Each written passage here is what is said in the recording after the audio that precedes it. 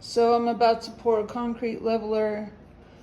I've put down the primer for it, and I've created a barrier for the closet. And so this is what I did. I used tape across the threshold.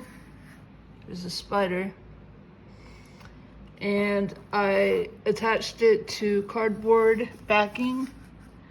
And then I used caulking to make sure the concrete leveler won't go into the closet.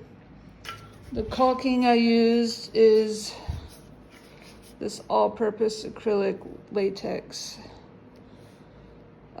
Doors molding and trim. So we'll see if it works.